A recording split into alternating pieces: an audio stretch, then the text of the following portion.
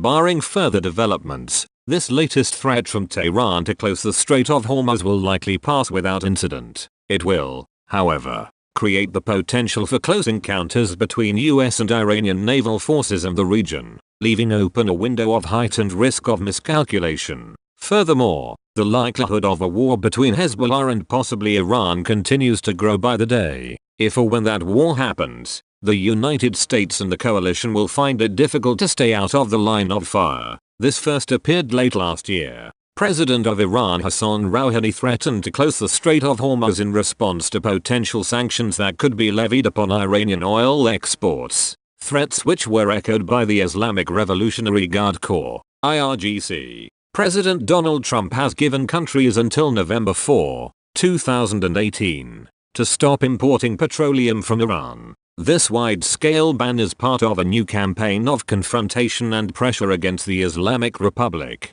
This demand comes on the heels of the US departure from the Joint Comprehensive Plan of Action, JCPOA, also known as the Iran Nuclear Deal, which was signed in 2015. During negotiations, the JCPOA was marketed as the only option for curtailing Iran's nuclear program short of war. Supporters of the deal routinely cited an increased risk of war in their arguments against exiting the deal, and Rouhani's statement, on the surface, appears to confirm such concerns. But how seriously should these threats be taken? Iran threatening to close the Strait of Hormuz is nothing new. In fact, as recently as 2012, the Obama administration had its own confrontation with Iran over the latter's nuclear program. Iran threatened to close the strait and carried out military exercises in the area, drawing a major United States, British, and French deployment in response. But a year later, both sides resorted to negotiations that led to the JCPOA. In 2008,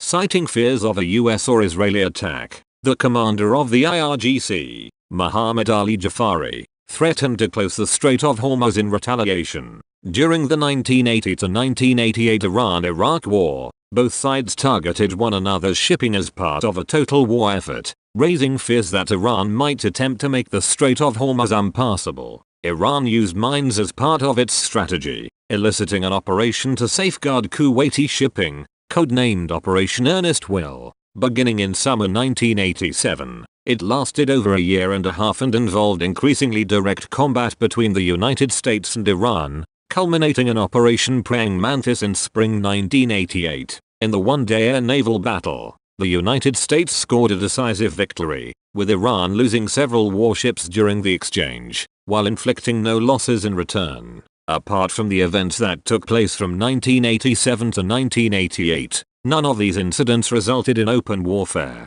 This is nothing short of remarkable, given the unrelenting level of hostility exhibited on both sides since the November 4, 1979, seizure of the US Embassy in Tehran. While the lack of actual fighting can be attributed to restraint and professional crisis management skills on the part of the United States, it can also be attributed to the fact that Iranian behavior and rhetoric regarding the Strait primarily serves as a means of crisis management, albeit a dangerous one, and a political purpose. Closing the Strait of Hormuz has a regressive impact on Iran's interests, as John Allen Gay and Jeffrey Kemp explain in War with Iran: political, military, and economic consequences. 85% of Iran's imports come through the strait, and the oil exports so crucial to the Iranian government's solvency mostly flow out of it. Iran would be cutting off its own lifeline if it closed the strait, and it would have to live on its already dwindling currency reserves. Iran would also be inviting attacks on its own oil facilities by vengeful neighbors,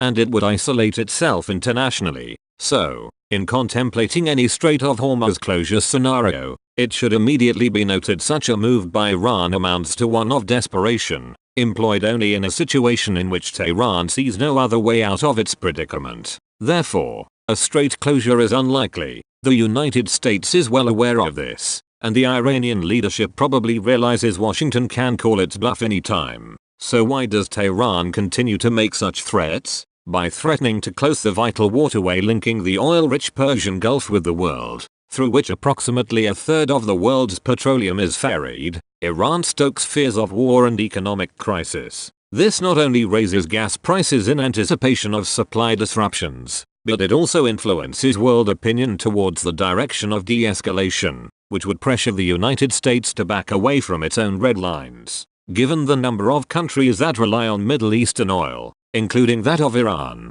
Tehran can craft a damning narrative that shows that the United States is generating a crisis to the world's detriment. These narratives work well at home, too. Like most autocracies, the Islamic regime regularly employs crises to establish political dominance and domestic order. The sights and sounds of Iranian naval forces challenging and harassing US warships serves powerfully as propaganda, encouraging unity against the great Satan that is America. And while the United States has the capability to prevent a closure or reopen the strait, the physical and political costs of such an undertaking are considerable. Assuming Iran would attempt a closure only when it feels it has no other recourse, it would then have little to lose from doing so, while the United States and the world would bear costs not easily recouped nor as readily borne in comparison. What if Iran were to attempt a strait closure? Iran's closure of the strait would not involve employing its naval forces to physically occupy the waterways in a conventional sense.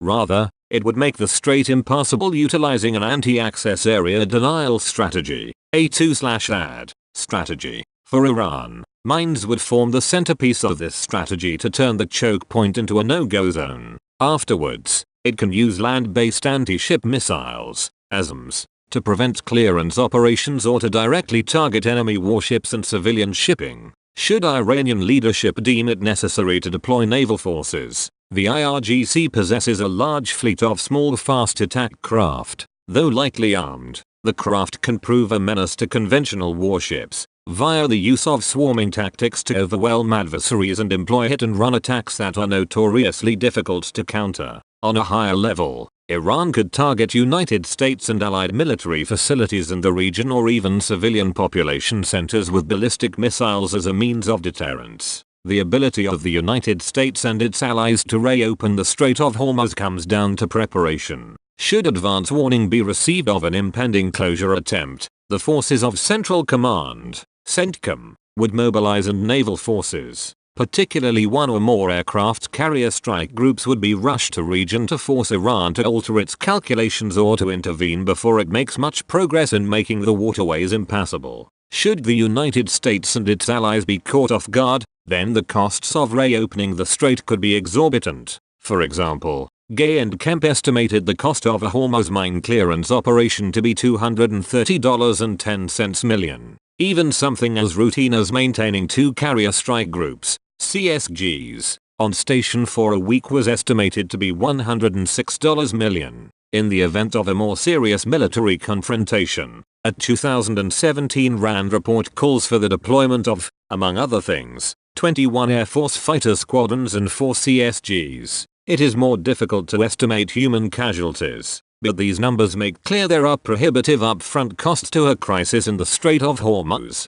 whether a full-blown shooting war erupts or not. However, for reasons outlined earlier, the likelihood of a surprise closure is remarkably low. The United States and its allies are well aware of such a possibility and have been, for decades, well prepared for the scenario. The military superiority of the United States and its allies all but ensures an overwhelming defeat for the Ayatollah's warriors. Most importantly, a surprise closure of the strait acts to Iran's detriment, unless the strategic environment is such that Tehran feels its back is against the wall and has little to lose from such desperation. Threatening closure is more useful than attempting one. Thus, absent exigent circumstances, Iran's leadership will always telegraph its intentions, if only to avoid a situation where they must choose between backing down and losing face or following through and hazard overwhelming defeat. Though risk of miscalculation remains, Iran has considerably dialed back on its hostile behavior in the strait,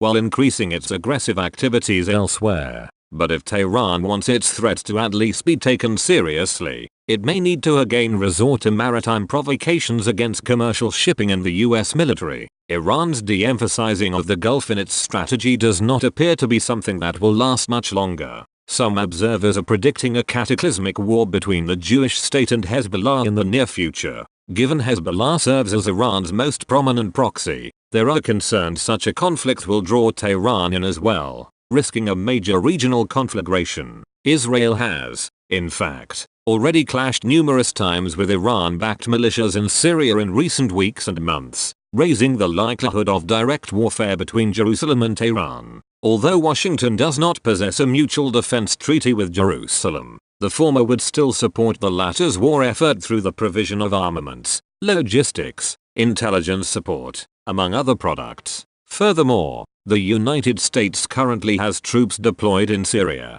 Iraq, Jordan, and elsewhere throughout the region, along with the ongoing air war against the Islamic State of Iraq and the Levant, ISIL. In the event of a war between Israel and Hezbollah, potentially including Iran, it would take incredible diplomatic and military maneuvering to keep the United States directly out of the conflict. The true course of any conflict is difficult to predict, but Washington should consider the possibility Iran may attempt to distract American support for Israel by threatening to close the Strait of Hormuz. By creating a crisis on the opposite end of the Middle East, Iran is not so much banking on forcing the United States to reduce support for Israel, but to overstretch its commitments and create political and strategic costs the American people may not be willing to bear, given the generally controversial nature of the US-Israeli relationship. Once more, the importance of narratives emerges. Threatening Strait closure mounts pressure on the White House to find a diplomatic solution to the conflict, due to the dread and uncertainty portending a US-Iran clash would conjure. Once again, however, blockading Hormuz proves an ineffective move if the United States is willing to counter Iran's provocations. This means Iran is more likely to respond with low-intensity, deniable warfare by utilizing cyber war for its deep roster of militias and terrorist groups, be it Lebanon's Hezbollah, Gaza's Hamas, or Iraq's Popular Mobilization Forces. The Ayatollah is likely to call upon these players long before seriously considering closing the Strait of Hormuz. Hezbollah, in particular, is among the most well-connected of terrorist groups in the world, possessing links with Central and South American drug cartels. A worst-case scenario would involve Hezbollah exploiting these connections to carry out terrorism on American soil. At the very least, it can be expected that Iranian-backed militias like the PMU can be used to attack US and coalition forces in Iraq and Syria as the anti-ISIL campaign continues. This would force the United States coalition to contemplate escalating their involvement in the multiple civil wars in the region, or,